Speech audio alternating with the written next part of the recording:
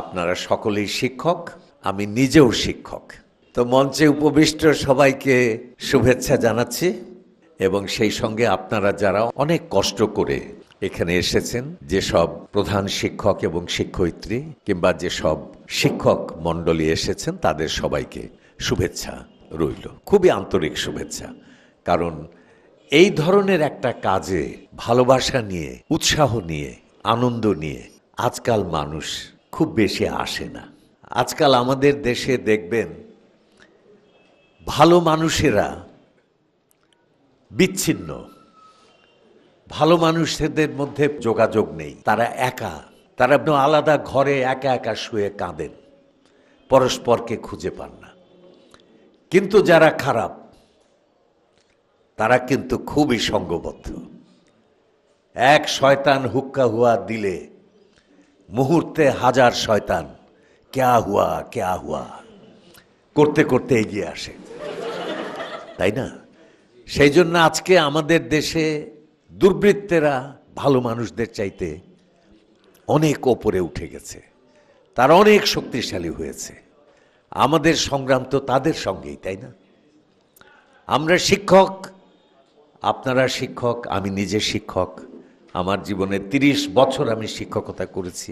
এই যে একটা মানে শক্তিশালী অন্ধকার, এই অন্ধকারের সঙ্গে যদি আমাদের যুদ্ধ করতে হয় এবং এই যুদ্ধে আমাদের যদি জয়ী হতে হয়, তাহলে আমাদের কি করতে হবে? আমাদের আলোকের যোদ্ধা তৈরি করতে হবে, তাই না? যে যোদ্ধারা কি অন্ধকারের পক্ষে হবেন না আলোকের পক্ষে হবেন? আলোকের পক্ষে হবে। সেই যোদ্ধাদের আমাদের আজ গড়ে তুলতে হবে। কারণ ছোট মানুষ আর বড় জাতি এটা একসঙ্গে কখনো হয় না। যদি জাতি হিসেবে আমাদের বড় হতে হয়, তাহলে মানুষ হিসেবেও আমাদের বড়ই হতে হবে। আল-বেরুনি একটা খুব অসাধারণ কথা বলেছিলেন। উনি বলেছিলেন যে কোনো শহরে গিয়ে যদি দেখো যে শহরের রাস্তাগুলো ছোট, তাহলে কি বুঝবে? কি বুঝবে? সেই শহরের মানুষের মনগুলো ছোট। মন ছোট রাস্তা তৈরি করে ফেলেছে। আপনি তাকিয়ে দেখেন একটা জাতির মধ্যে কত রকম মানুষ আছে। পুলিশ আছে, কন্ট্রাক্টর আছে, তাই না, ইঞ্জিনিয়ার আছে, ডাক্তার আছে, আমলা আছে, ব্যবসায়ী আছে, কত কিছু আছে। আমরা করিটা কি? আমরা একটা খুব বড় কাজ করি, সেটা হচ্ছে যে একজন মানুষ আমলাই হন আর ডাক্তারই হন আর ইঞ্জিনিয়ারই হন, ব্যবসায়ী হন, যাই হন, সকলকে একটা জায়গায় আসতেই হয়। সেই জায়গাটার নাম কি? বিদ্যালয়। এবং আমাদের সামনে এসে তাদের বসতেই হয়। তখন তারা বাচ্চা ছেলে মেয়ে, হয়তো হাফ প্যান্ট পরে, লিকলিকে চেহারা, মনে হয় কিছুই না। এমন হতে পারে যে সে একদিন প্রেসিডেন্ট হবে, তাই না? সে একদিন প্রধানমন্ত্রী হবে, সে একদিন নোবেল প্রাইজ পাবে, সে একদিন পৃথিবীর শ্রেষ্ঠ মানুষ হবে, কেউ তো জানে না। সারা জাতি আমাদের সামনে আসে কেন? অধঃপাতে যাওয়ার জন্য না বিকশিত হওয়ার জন্য? সুতরাং আমাদের দায়িত্ব কি? ছাত্রীদের বিকশিত করা, তাদের মনকে সমৃদ্ধ করা, তাদের স্বপ্নকে শক্তিশালী করা, তাদেরকে যোগ্য মানুষ হিসেবে গড়ে তোলা। এইটাই হচ্ছে একজন শিক্ষক হিসেবে আমাদের দায়িত্ব। তাহলে শিক্ষকের প্রধান দায়িত্বটা কি হলো? জাতিকে বড় করে তোলা, তাই না? শিক্ষক যদি বড় হন, জাতি বড় হবে। শিক্ষক যদি বড় না হন, জাতি ছোট হয়ে থাকবে। সুতরাং আমাদের উপরে কিন্তু সবচেয়ে কঠিন একটা দায়িত্ব অর্পিত হয়ে আছে, যে জাতিকে আমাদের বড় করতে হবে, সমৃদ্ধ করতে হবে, যোগ্য করতে হবে। তো এখন একটা শিশুকে বড় করে তুলব, কি করলে মানুষ বড় হয়? বড় কিছু সংস্পর্শে আনলে মানুষ বড়। এখন যদি আমি বলি যে আমি সুন্দর হতে চাই, কি হলে আমি সুন্দর হব, আমি কি উত্তর দেব? আমি বলবো সুন্দরের কাছাকাছি যাও, সুন্দরের সঙ্গে বাস করো, তুমি আস্তে আস্তে সুন্দর হয়ে যাবে। তুমি চাঁদের সঙ্গে বাস করো, তুমি ফুলের সঙ্গে বাস করো, তুমি জ্যোৎস্নার সঙ্গে বাস করো, তুমি কবিতার সঙ্গে বাস করো, সঙ্গীতের সঙ্গে বাস করো, চিত্রকলার সঙ্গে বাস করো, সুন্দর প্রকৃতির মধ্যে ঘুরে বেড়াও, তোমার মনটা আস্তে আস্তে সুন্দর হবে। সুন্দর হতে গেলে কার কাছে যেতে হবে? সুন্দরের কাছে। সুন্দর গল্প বলি আপনাকে। মহাকবি গেটে, জার্মানির বিখ্যাত, পৃথিবী বিখ্যাত। আপনারা পাইন গাছ অনেকেই দেখেছেন। পাইন গাছ ভারী স্নিগ্ধ, ভারী সৌন্দর্যময়, ভারী শান্ত। তো উনি বলছেন এক জায়গাতে যে একজন মানুষ একটা পাইন গাছের নিচ দিয়ে যখন হেঁটে যায়, তখন যাওয়ার আগের মুহূর্তে সে যা ছিল, ওই হেঁটে যাওয়ার পরে কি সে একই মানুষটা থাকে, নাকি কিছুটা বদল হয়? তার কাছ থেকে কিছু বিয়োগ হয় না যোগ হয়? কি যোগ হয়? পাইন গাছের শান্তি, পাইন গাছের স্নিগ্ধতা, পাইন গাছের সৌন্দর্য, তার রূপ তার সঙ্গে জড়িয়ে যায়। তো সুন্দরের কাছে গেলে কি হয়? সুন্দর আমাদের সঙ্গে, আমাদের ভেতরে যোগ হয়। তো তেমনি আমরা বড় যদি হতে চাই, তাহলে কার কাছে যাব? বড়র কাছে যাব। তো ধরেন আমরা এই মুহূর্তে এই ঘরের মধ্যে আছি। ঘরটা বেশ বড়, সুন্দর, সামনে খোলা, বেশ ভালো। কিন্তু ধরেন কোনো এক আশ্চর্য জাদু বলে এই মুহূর্তে আমাদের সবাইকে কেউ যদি তুলে নিয়ে কক্সবাজারের সমুদ্র সৈকতে এই মুহূর্তে দাঁড় করিয়ে দেয়, আমরা এই মুহূর্তে এখন যে মানুষগুলো আছি, আমরা কি তা থাকবো? না আমাদের কোনো পরিবর্তন হবে? হ্যাঁ, ওই যে দেখেন বুড়ো হয়ে গেছেন, তাও বলছেন দৌড়াদৌড়ি করব। কেমন? আমরা কি ছোট হব না আরো বড় হব? বড় হব। কেন হব? ওখানে কিসের সংস্পর্শে আমরা গিয়ে দাঁড়িয়েছি? একটা বিশালের সংস্পর্শে। সামনে অন্তহীন নীল নোনা সমুদ্র, তার উত্তাল বাতাস, কেউ আদি অন্ত উন্মোচিত জায়গা, সব কিছু আমার মধ্যে চলে আসছে। কেমন? সে বিশাল সমুদ্র আমার মধ্যে চলে আসছে। সুতরাং আমি কি তখন আর আব্দুল্লাহ আবু সাইদ আছি? বে অফ বেঙ্গল না, শুধু রয়্যাল বেঙ্গল টাইগার হয়ে গেছে, তাই না? দেখেন, বড়র কাছে গেলে আমরা বড় হয়ে যাই। এইটা হচ্ছে নিয়ম। আমি একদিন দার্জিলিংয়ে হাঁটছিলাম। তো দার্জিলিং থেকে কাঞ্চনজঙ্ঘা পর্বতমালা দেখা যায়, কিন্তু সে ভাগ্য ভালো থাকলেই দেখা যায়।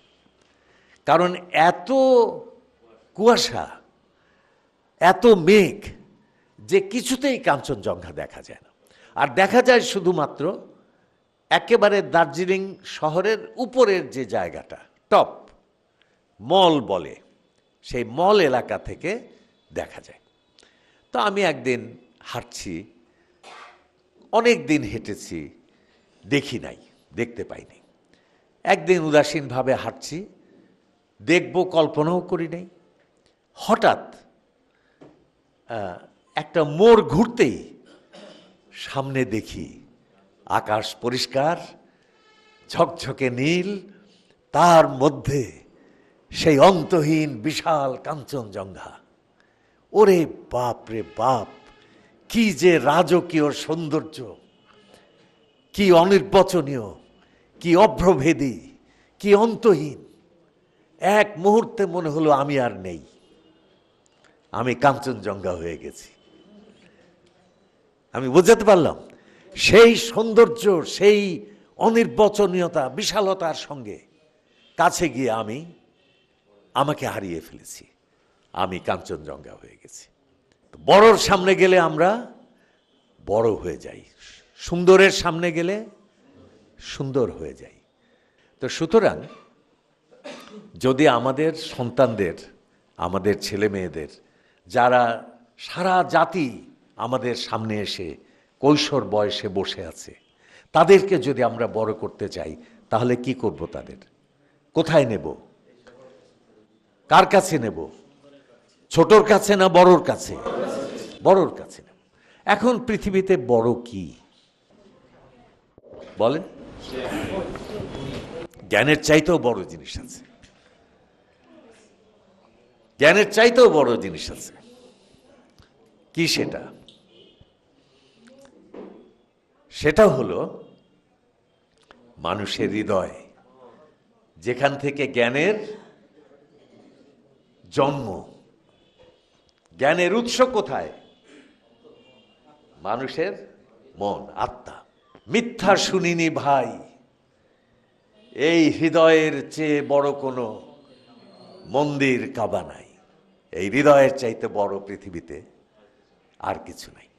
এই কবিতাটা যেখান থেকে এসেছে, কবিতাটা লিখেছিলেন জালালউদ্দিন রুমি। কোন দেশের কবি? ইরানের, হ্যাঁ, পারস্যের কবি। হ্যাঁ, উনি লিখেছিলেন খুবই বিপ্লবাত্মক কথা, যে মানুষের হৃদয় কাবার চেয়ে পবিত্র। হঠাৎ শুনলে মনে হবে কি কথা? কাবা পৃথিবীর সবচেয়ে পবিত্রতম স্থান। সমস্ত পৃথিবীর সমস্ত মুসলমান সেই কাবাতে সেই পবিত্রতাকে স্পর্শ করার জন্য যায়। সেই কাবার চাইতে আমার হৃদয় বড়, এ কেমন কথা? জালালউদ্দিন রুমি বলছেন যে না, এইটাই সত্য। কেন সত্য? তার কারণ কাবা বানিয়েছেন কে? ইব্রাহিম খলিল। আর মানুষের হৃদয় তৈরি করেছেন কে? সৃষ্টিকর্তা স্বয়ং নিজে। সুতরাং কোনটা বড়? আচ্ছা, তো হৃদয়ের চাইতে বড় এই পৃথিবীতে আর কিছু নেই। আমরা সবাই আশরাফুল মাখলুকাত, আমরা বিশ্বের বিস্ময়, আমরা শ্রেষ্ঠ সৃষ্টি, কিন্তু তার মধ্যেও শ্রেণীবিন্যাস আছে, উচ্চ নিচ আছে। আমরা সবাই লিখি, সবার লেখা কি থাকে পৃথিবীতে? কাদের লেখা থাকে? যাদের হৃদয়ে ঐশ্বর্য, সৌন্দর্য, দীপ্তি, মেধা, আলো বিপুল, অন্তহীন, শুধু তাদের লেখাই পৃথিবীতে বেঁচে থাকে। আর বাকিরা, বাকি সব করে রব। বড় মানুষদের লেখা থাকে। এখন বড় মানুষরা কি বেঁচে থাকেন সব? রবীন্দ্রনাথ জন্মেছিলেন কোন সালে? 1861 সালে। মারা গেছিলেন 1941 সালে। কেউ কি বাঁচতে পেরেছে পৃথিবীতে? কিন্তু রয়ে যাবে কি? তাদের স্মৃতি। কিসের মাধ্যমে? প্রধানত 90% বইয়ের মাধ্যমে। সুতরাং পৃথিবীর সবচেয়ে মূল্যবান জিনিস হচ্ছে, মহৎ জিনিস হচ্ছে মানুষের হৃদয়, তারপরেই বই। কারণ বইয়ের মধ্যে পৃথিবীর শ্রেষ্ঠ মানুষদের আত্মার আলো দাউ দাউ করে জ্বলছে। ওকে নেভানোর ক্ষমতা কারো নাই। ধরেন রবীন্দ্রনাথের একটা বই, তার মনের মধ্যে যত সৌন্দর্য, যত দীপ্তি, যত বিভা, যত মহৎ কল্পনা, স্বপ্ন, যা কিছু ছিল সব তো তার বইয়ের মধ্যে। আমি যদি তার বই পড়ি তাহলে কি হবে? রবীন্দ্রনাথ সোজা আমার মধ্যে চলে আসবে। তাতে কি আমি কমবো না বাড়বো? এইভাবে আমি যদি শেখ সাদি পড়ি, আমি যদি প্লেটো পড়ি, আমি যদি অ্যারিস্টটল পড়ি, তাই না, ম্যাক্সিম গোর্কি পড়ি, পৃথিবীর কালিদাস পড়ি, তাই না, শেক্সপিয়ার পড়ি, গেটে পড়ি, সবাইকে যদি পড়তেই থাকি, পৃথিবীর শ্রেষ্ঠ আনন্দময় আলোময় জগৎটা যদি আমার মধ্যে আসতেই থাকে, তখন কি আমি এরকম থাকবো? আমার মধ্যে একটা আলো চলে আসবে। আমাকে সবাই বলে যে তোমাদের আলোকিত মানুষ চাই, মানে কি বাল্ব টাল্ব আছে নাকি ভিতরে? আমি বলি যে আছে। হ্যাঁ, তুমি ওই মহাবিশ্বগুলোর থেকে সব আগুন নিতে থাকো, দেখবে যে তুমি একদিন ধক ধক করে জ্বলছ। আমি একটা গল্প দিয়ে এটা বোঝাই। শেখ সাদী একটা কবিতার মধ্যে লিখছেন, 4 লাইনের কবিতা। আমি একটা মাটির ঢেলা কুড়িয়ে পেলাম, নাকের কাছে নিয়েছি, দেখি যে সেই মাটির ঢেলায় মিষ্টি অপরূপ গন্ধ। আমি একটু অবাক হলাম, মাটির গন্ধ তো সোদা সোদা, মাটির বিস্বাদ, এটা তো বিবমিশা জায়গায়, এই মাটি ঢেলা এত মিষ্টি গন্ধ এলো কোত্থেকে? তখন কবি মাটির ঢেলাকে জিজ্ঞেস করলেন যে মাটির ঢেলা, তোর গন্ধ তো সুন্দর নয় রে, কিন্তু তোর গায়ে এত সুন্দর গন্ধ এলো কোত্থেকে? তো মাটির ঢেলা বলল, এটা খুব অসাধারণ কথা, যে ঠিকই বলেছ কবি, আমার গায়ের গন্ধ এত সুন্দর নয়, কিন্তু আমি যেখানে ছিলাম তার উপরে ছিল একটা বর্ষাই গোলাপের গাছ। কেমন আশ্চর্য সুগন্ধে চারিদিক একেবারে মত্ত করে রাখতো সে গোলাপ। কেমন তাজা অবস্থায় গোলাপগুলো আমার উপরে পড়তো না। পড়তো কখন? যখন ঝরে যেত, অর্থাৎ গন্ধ অনেক কমে যেত, কিন্তু তবু আমার গায়ের উপরে সেই আধা গন্ধ পড়তে পড়তে পড়তে পড়তে পড়তে পড়তে এমন হলো যে সেই আমি বিপ্লব স্পন্দিত বক্ষে মনে হয় আমি লেনিন। আমারও তেমনি মনে হতে লাগলো আমি গোলাপ। আমার সারা শরীরে গোলাপের গন্ধ জড়িয়ে গেল। এই যে বই, যা কিনা শ্রেষ্ঠ মানুষদের, এক একটা বই তো এক একটা গোলাপের মতো, তাই না? গন্ধে আলোতে ভরা। কোথা থেকে গন্ধটা আসলো? শ্রেষ্ঠ মানুষদের হৃদয়ের সৌন্দর্য আলো বিভা থেকে সেই গন্ধ আসলো। সেই বই যদি আমি পড়তে থাকি পড়তে থাকি পড়তে থাকি আরো পড়তে থাকি আরো পড়তে থাকি, কি হবে? আমি কি আমি থাকবো না আমার চাইতে আলোময় সৌন্দর্যময় মহান মহত্তর কিছু একটা মানুষে পরিণত, তাই না? তা আমরা যদি আমাদের ছেলে মেয়েদেরকে বড় করতে চাই, আসল জায়গায় এসে গেছি আমি, তাহলে কি করতে হবে? পৃথিবীর শ্রেষ্ঠ শ্রেষ্ঠ যা তার সংস্পর্শে আনতে হবে। এবং শ্রেষ্ঠ মানে কি? বই। কোরআন কিসে নাজিল হয়েছে? আরবি ভাষায় কি হিসেবে? বই হিসেবে। বাইবেল কিসে? বই। প্লেটো কি? বই। পৃথিবীর শ্রেষ্ঠ যা কিছুর দিকে আপনি তাকান, আইনস্টাইন কি? বই। সবাই বই। মানব জ্ঞানের 90%, জ্ঞানের আলোর সৌন্দর্যের 90% বইয়ের মধ্যে আছে।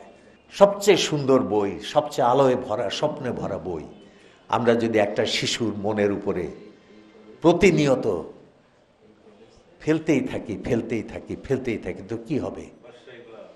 সে বর্ষায় গোলাপ হয়ে যাবে। তা আমরা কি গোলাপের বাগান চাই? কেমন আমরা 34 বছর ধরে এই আন্দোলন করছি যে আসুন আমরা দেশকে একটা গোলাপের বাগানে পরিণত করি। এই গোলাপের বাগান আপনার স্কুলেও আমরা খুলতে চাই। আপনারা কি ভালোবেসে খুশি হয়ে এতে রাজি হবেন? আপনাদের কি মনে হয় যে আপনার সন্তানেরা, যে বাচ্চা ছেলে মেয়েগুলো আপনার কাছে আসছে, এসে বলছেন যে আমাকে বিকশিত করো, আপনি কি করবেন না? কেমন? এবং যদি করতে চাই তাহলে তাকে তার হাতে তার মন এবং বয়সের উপযোগী সবচেয়ে সুন্দর, সবচেয়ে আলোময়, সবচেয়ে স্বপ্নে ভরা বইগুলো আপনার তুলে দিতেই হবে। তো আপনারা কি খুশি হয়ে রাজি হলেন? হ্যাঁ, এটা কি চলতে থাকবে? আসেন তাহলে পরে আমরা এটা করি, তাহলে এই দেশ এই অবস্থায় থাকতে পারবে না। আপনাদের স্কুলগুলোতে ছেলে মেয়েদেরকে আমরা প্রতি বছর বই পড়তে দেব। এই বই হবে তাদের মন এবং বয়সের উপযোগী সবচেয়ে সুন্দর বই এগুলো। এই যুগে মহৎ মানুষদের জীবনী দেওয়া খুবই জরুরি। ইংরেজি সাহিত্য, ফরাসি সাহিত্য, আমেরিকান সাহিত্য, রুশ সাহিত্য, সব সাহিত্য থেকে সেরা সেরা বইগুলো এদের পড়তে দিয়েছি, যে বইগুলো পড়লে এদের মন সুন্দর হবে, এদের হৃদয়টা ভালোবাসায় ভরে উঠবে, এরা অন্যের দুঃখে চোখের পানি এরা ফেলতে পারবে, অর্থাৎ একটা সুন্দর শিশু হিসেবে ওরা বড় হবে। আর শৈশবকে যদি সুন্দর করে দেওয়া যায় তাহলে সারা জীবনকেই সুন্দর করে দেওয়া হলো। আর বাচ্চারা এমনিতেই পড়তে ভালোবাসে, এমনিতেই কল্পনা করতে, স্বপ্ন দেখতে পছন্দ করে। তার উপরে যদি পুরস্কার থাকে, হ্যাঁ, বই পড়লে আবার কিছু বই পুরস্কার, তাহলে তো কথাই নাই। বাচ্চারা পুরস্কারকে খুব ভালোবাসে, সেই জন্য আমরা অনেক পুরস্কার দেই। আপনারা দেখবেন আমরা দেব। যে আমি ছাত্র জীবনে কিছুতেই আর প্রাইজ পাই না স্কুলে। আবৃত্তিতে নাম দিলাম, ইংরেজি আবৃত্তি, ferry me across the river, do the boatman do, খুব আবেগ টাবেগ দিয়ে প্র্যাকটিস করে গেছি, সুন্দর আবৃত্তি করছি। বিচারকদের চেহারা বেশ সপ্রশংস, বাহ বেশ ভালো করছে তো, ভালো করছে তো, প্রাইজ পেয়ে যাই। হঠাৎ মঞ্চের পাশে যে উইংস আছে না, ওর পাশ থেকে কে একজন বলে উঠল, তাড়াতাড়ি। কে কাকে তাড়াতাড়ি বলল আল্লাহই জানে। হয়তো একজনকে এক গ্লাস পানি আনতে পাঠিয়েছিল, সে আসতে দেরি করছে, ও ডাক দিয়েছে তাড়াতাড়ি, হ্যাঁ, অথবা বলেছে যে এই দড়িটা কর, মানে টান, সে আস্তে আস্তে টানছে, বলে তাড়াতাড়ি। আমি ভাবলাম আমাকে বলছে তাড়াতাড়ি, যে এত আস্তে আবৃত্তি করিস কেন রে গাধা, ওই দিয়ে তো প্রাইজ পাবি না, তাড়াতাড়ি। আর চাই কি, আমিও ছুটিয়ে দিলাম পাগলা গোড়া। হ্যাঁ, বিচারকের অবাক, ছেলেটা তো ভালোই বলছিল, হঠাৎ এরকম ইঁদুরের মতো দৌড় দিল কেন, কেমন প্রাইজ পাই না। শেষে কিসে প্রাইজ পাওয়া যায়, কিসে পাওয়া যায়? স্পোর্টসে নাম দিলে প্রাইজের কোনো সম্ভাবনা নাই।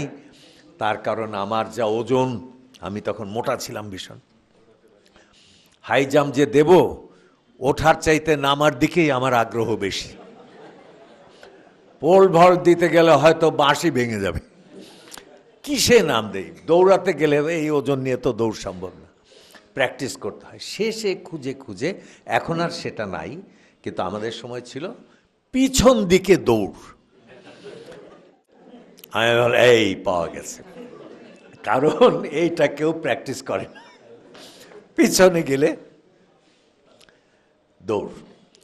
তো নাম দিলাম এবং সত্যি সত্যি একটি প্রাইজ পেলাম, 3rd প্রাইজ।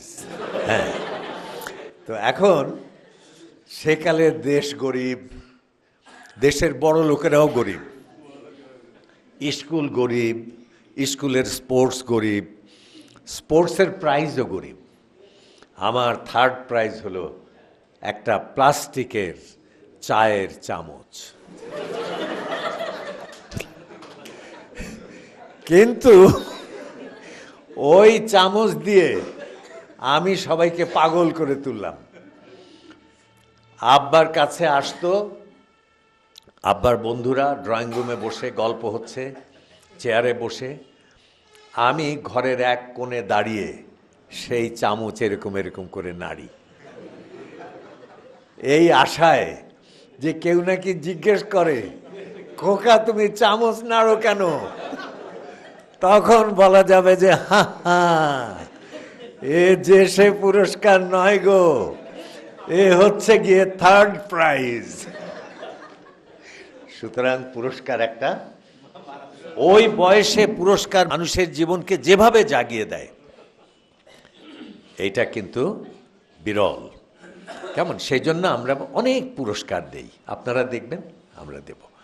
এই দেশ আজকে বড় দুঃখী, বড় অন্ধকারের মধ্যে পড়েছে। হতাশ হয়ে তো লাভ নাই, তাই না? এই বিশ্ব চরাচরের এই যে সভ্যতা, এর এক কণা কি হতাশা দিয়ে তৈরি হয়েছে? কি দিয়ে তৈরি হয়েছে? আশা এবং কাজ। আসেন আমরা কাজ করি, তাই না? আমরা বাগান করি, আমাদের চারপাশে অজস্র বর্ষায় গোলাপ ফুটে উঠুক। ধন্যবাদ।